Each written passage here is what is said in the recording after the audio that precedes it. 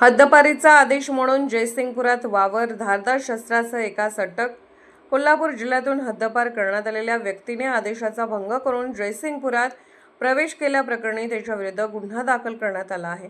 संशयास्पद रित्या फिरत असताना त्याच्याकडून 2 धारदार चाकू जप्त करण्यात आले.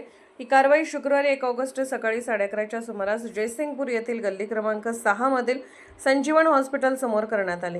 पोलिसांनी दीपक मुकुंद गायकवाड वय 42 राहणार चिपरी तालुका शिरोळ यांची झडती घेतली असता त्याच्याकडे एक मोठा लोखंडी चाकू, सुमारे 30 सेंटीमीटर लांबीचा वळणदार एक टोकदार धारदार चाकू असा एकूण 1500 रुपयांचा मुद्देमाल आढळून आला. गायकवाड याला कोल्हापूर जिल्ह्याचे पोलीस अधीक्षक यांनी 1 वर्षासाठी जिल्ह्यातून हद्दपार केले होते. मात्र आदेशाचे उल्लंघन करून त्याने जिल्ह्यात प्रवेश केला, तसेच लोकांमध्ये दहशत निर्माण करण्याच्या उद्देशाने बेकायदा शस्त्रे बाळगल्याचा आरोप पोलिसांनी केला आहे.